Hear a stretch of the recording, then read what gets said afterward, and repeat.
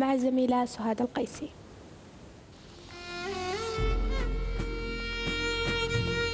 إن مشاركة المرأة الإماراتية ومساهمتها في عملية التنمية الاقتصادية لم تعد مجالا للمناظرة والجدال، كونها حققت خطوات سريعة ومتلاحقة يعود الفضل فيها لجهودها الذاتية ودور الحكومة وحرص القيادة الرشيدة في دعمها على جميع الصعد الاقتصادية والثقافية والاجتماعية.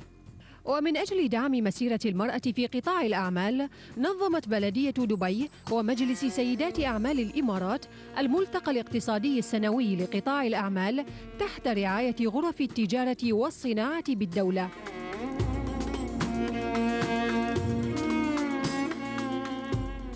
عقد الملتقى تحت عنوان دور المرأة والشباب في التنمية الاقتصادية. بلا شك أن المرأة الإماراتية تبوأت مراكز كثيرة، كانت على مستوى المؤسسات الحكومية أو على مستوى القطاع الخاص. نجتمع اليوم في هذا الملتقى بمجموعة من سيدات الأعمال اللي قاموا بمشاريع ناجحة.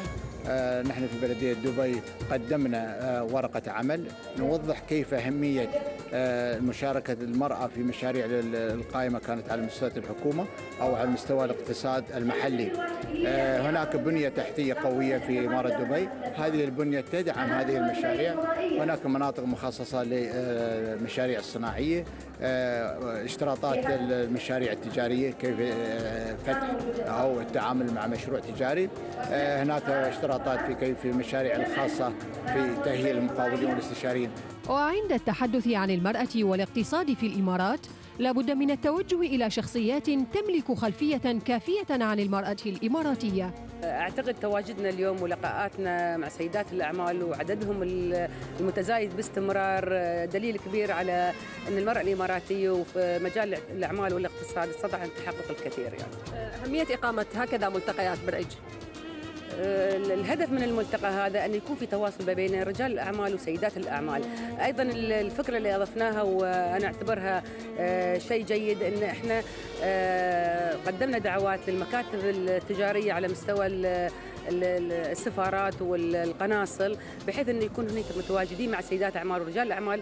لما يكون عند سيدات الأعمال أي عمل أو علاقات تجارية أو اقتصادية مع من الصين أو سوريا أو لبنان أو الدول العربية أو الأوروبية، يكون لقاء ما بينهم وجها لوجه، يكون في سهل التواصل ما بينهم. يهدف الملتقى إلى تنمية قدرات المرأة في مجال الاستثمار وتعزيز مكانتها في الاقتصاد والتنمية ودعمها في الحقل الاقتصادي والتجاري والاجتماعي وزيادة نطاق التعاون الاقتصادي والتبادل التجاري بين سيدات الأعمال الإماراتيات والجهات الحكومية والاستثمارية على النطاق المحلي والخارجي، وعرض التجارب الرائدة في العالم لسيدات أعمال في المجالات التجارية والمالية.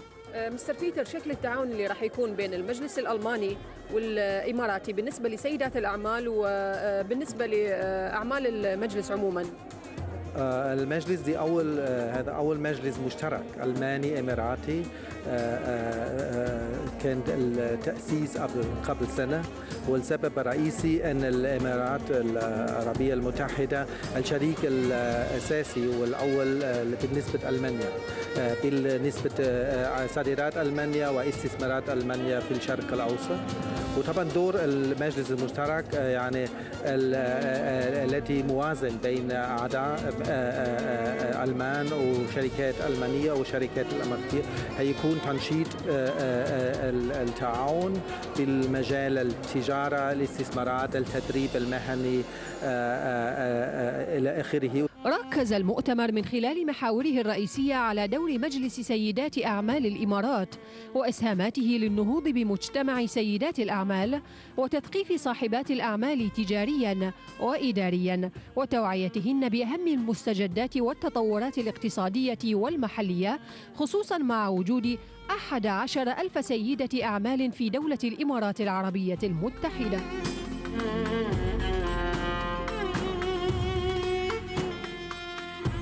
وتم خلال الملتقى تكريم الشخصيات المساهمة في إنجاح الحدث، ومنهم تلفزيون سما دبي لتغطيته المتميزة لأعمال الملتقى.